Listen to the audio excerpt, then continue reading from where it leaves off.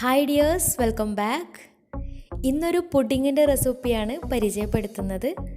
പാലും റവയും ഉണ്ടെങ്കിൽ എളുപ്പത്തിൽ തയ്യാറാക്കിയെടുക്കാൻ പറ്റിയ നല്ല ടേസ്റ്റി ആയിട്ടുള്ള പുഡിങ്ങാണ്.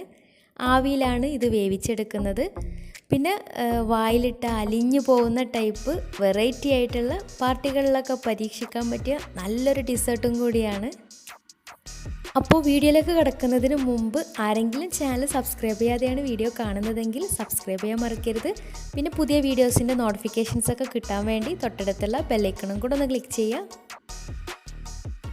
പുഡിങ് തയ്യാറാക്കിയെടുക്കാൻ വേണ്ടി ആദ്യം തന്നെ കുറച്ച് പഞ്ചസാര കാരമലൈസ് ചെയ്തെടുക്കുന്നുണ്ട്. അതിനായിട്ട് ഒരു പാൻ സ്റ്റൗവിൽ വെച്ചിട്ട് അതിലേക്ക് 1/4 കപ്പ് പഞ്ചസാര ചേർത്ത് കൊടുക്കാം. ഒരു മീഡിയം ലോ ഫ്ലെയിമിലിട്ടിട്ടാണ് കാരമൽ റെഡിയാക്കി എടുക്കുന്നത്. ഇതിലേക്കൊരു 2 ടേബിൾ സ്പൂൺ വെള്ളം കൂടെ ഒഴിച്ചിട്ട് പഞ്ചസാരയൊക്കെ മെൽറ്റായിട്ട് ബ്രൗൺ കളർ ആവുന്നത് വരെ വെയിറ്റ് ചെയ്യാം. പിന്നെ ഇത് ഇളക്കി കൊടുക്കേണ്ട ആവശ്യമില്ല. ഇതുപോലെ പാൻ ഒന്ന് ചുറ്റിച്ച് കൊടുത്താൽ മതി, എല്ലാ ഭാഗവും ഒന്ന് മിക്സായി കിട്ടാൻ വേണ്ടി. പഞ്ചസാര ഫുള്ളായിട്ട് മെൽറ്റായി നല്ല ബ്രൗൺ കളറായി വന്നാൽ ഫ്ലെയിം ഓഫ് ചെയ്യാം. ഫ്ലെയിം ഓഫ് ചെയ്ത ഉടനെ തന്നെ നമ്മൾ പുഡിങ് റെഡിയാക്കി എടുക്കുന്ന പാത്രത്തിലേക്ക് ഒഴിച്ചു കൊടുക്കാം. ഒഴിച്ചിട്ട് എല്ലാ ഭാഗത്തേക്കൊന്ന് ചുറ്റിച്ചു കൊടുക്കാം. കാരമൽ പെട്ടെന്ന് തന്നെ സെറ്റാവും, അതിനാൽ ഫ്ലെയിം ഓഫ് ചെയ്ത ഉടനെ തന്നെ ഒഴിച്ചു കൊടുക്കാൻ ശ്രദ്ധിക്കുക.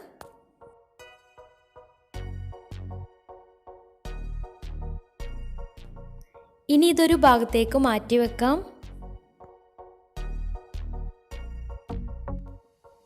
ഇനി ഒരു പാത്രം എടുത്ത് അതിലേക്ക് 1.5 കപ്പ് പാൽ ഒഴിച്ചു കൊടുക്കാം.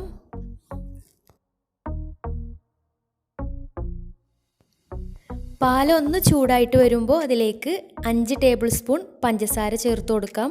ഈ 5 ടേബിൾ സ്പൂൺ പഞ്ചസാര ഒരു പാകം മധുരമാണ്, അപ്പോൾ കൂടുതൽ വേണമെന്നുണ്ടെങ്കിൽ നോക്കിയിട്ട് കുറച്ചും കൂടെ ഇട്ട് കൊടുക്കാം.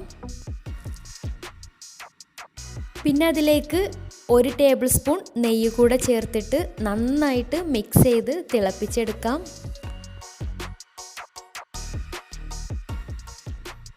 പാല് ഏകദേശം തിളക്കാനായി വന്നാൽ അതിലേക്ക് 2 ടേബിൾ സ്പൂൺ റവ ചേർത്ത് കൊടുക്കാം. റവ ചേർത്തിട്ട് നന്നായിട്ട് കുറുകി വരുന്നവരെ ഇളക്കി വേവിച്ചെടുക്കാം.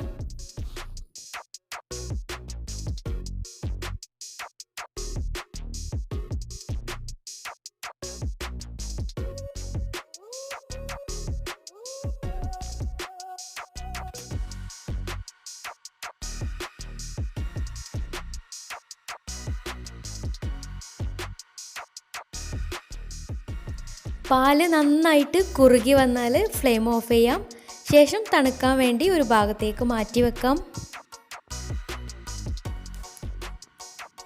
പിന്നെ കാരമൽ റെഡിയാക്കി വെച്ചിട്ടുള്ള പാത്രത്തിൻ്റെ സൈഡിലൊക്കെ നെയ്യ് കുറച്ച് ഗ്രീസ് ചെയ്ത് കൊടുത്തിട്ടുണ്ടായിരുന്നു. അപ്പോൾ പുഡിങ് പെട്ടെന്ന് വിട്ട് കിട്ടാൻ വേണ്ടിയാണ്.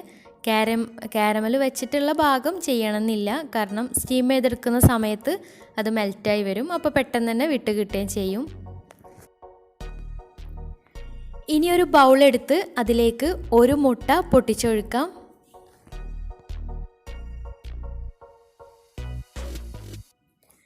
എന്നിട്ടൊരു സ്പൂണോ ഫോർക്കോ വെച്ചിട്ട് നന്നായിട്ടൊന്ന് മിക്സ് ചെയ്തെടുക്കാം. നന്നായി മിക്സായി വന്നാൽ ആവശ്യമുണ്ടെങ്കിൽ വേണമെന്നുണ്ടെങ്കിൽ നല്ലൊരു ഫ്ലേവറിന് 1 ടീസ്പൂൺ വനില എസൻസ് ചേർത്ത് കൊടുക്കാം. വനില എസൻസിന് പകരം ഏലക്കാപ്പൊടി ആയാലും മതി. ഇനി ഇത് രണ്ടും ചേർത്തിട്ടില്ലെങ്കിലും കുഴപ്പമൊന്നുമില്ല. മുട്ട നന്നായിട്ട് അടിച്ചെടുത്താൽ അതിലേക്ക് നേരത്തെ റെഡിയാക്കി വെച്ചിട്ടുണ്ടായിരുന്ന റവയുടെ മിക്സ് കുറേശ്ശെയായിട്ട് ചേർത്തിട്ട് നന്നായിട്ട് മിക്സ് ചെയ്തെടുക്കാം. ഇതുപോലെ കുറേശ്ശെയായിട്ട് എല്ലാ മിക്സും കൂടെ ചേർത്തിട്ട് നന്നായിട്ടൊന്ന് മിക്സ് ചെയ്തെടുക്കാം. പിന്നെ ഈ ഒരു സമയത്ത് മധുരം ഒന്ന് ബാലൻസ് ചെയ്യാൻ വേണ്ടി ഒരു നുള്ളു ഉപ്പ് വേണമെങ്കിൽ ചേർത്ത് കൊടുക്കാം. ഞാനിപ്പോൾ ചേർത്തിട്ടില്ല.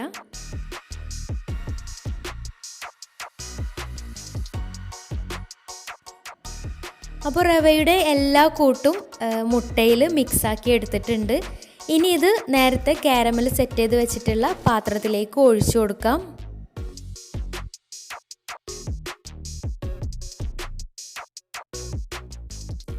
ഞാനിത് ഇഡ്ഡലി പാത്രത്തിലാണ് സ്റ്റീം ചെയ്തെടുക്കുന്നത്. അതിലേക്ക് കുറച്ച് വെള്ളം ഒഴിച്ച് അതിലൊരു സ്റ്റാൻഡും കൂടെ ഇറക്കി വെച്ച് അതിന് മുകളിലാണ് പാത്രം വെച്ച് കൊടുക്കുന്നത്. ഇനി ഇഡ്ഡലി പാത്രം തന്നെ വേണമെന്നില്ല, നമ്മൾ റവയുടെ മിക്സ് വെച്ചിട്ടുള്ള ആ ഒരു പാത്രം ഇറക്കി വെക്കാൻ പറ്റിയ കുറച്ച് വലിയ പാത്രമായാലും കുഴപ്പമൊന്നുമില്ല. ഇനി ഈ സ്റ്റാൻഡിൻ്റെ മുകളിലേക്ക് നമ്മൾ സെറ്റ് ചെയ്ത് വെച്ചിട്ടുള്ള പാത്രം വെച്ച് കൊടുക്കാം. എന്നിട്ട് അത് ഒരു അടപ്പ് വെച്ച് അടച്ച് വെക്കാം. ശേഷം ഇഡ്ഡലി പാത്രവും അടച്ച് വെച്ച് ഒരു മീഡിയം ലോ ഫ്ലെയിമിൽ 20-25 മിനിറ്റ് സ്റ്റീം ചെയ്തെടുക്കാം. പിന്നെ സ്റ്റീം ചെയ്യാൻ എടുക്കുന്ന സമയം സ്റ്റീം ചെയ്യാൻ എടുക്കുന്ന പാത്രത്തിനനുസരിച്ചിട്ടിരിക്കും. എനിക്കൊരു 25 മിനിറ്റ് ആയപ്പോൾ വെന്ത് കിട്ടിയിട്ടുണ്ട്. അപ്പം മുകൾ ഭാഗമൊക്കെ നന്നായിട്ട് സെറ്റായിട്ട് കിട്ടിയിട്ടുണ്ടെങ്കിൽ ഫ്ലെയിം ഓഫ് ചെയ്യാം. എന്നിട്ട് ഒന്ന് ചൂടാറിയാൽ ഒരു കത്തിയോ അല്ലെങ്കിൽ ഒരു സ്പാച്ചിലയോ വെച്ചിട്ട് സൈഡൊക്കെ ഒന്ന് വിടിയിച്ചിട്ട് സെർവിങ് പ്ലേറ്റിലേക്ക് മാറ്റാം.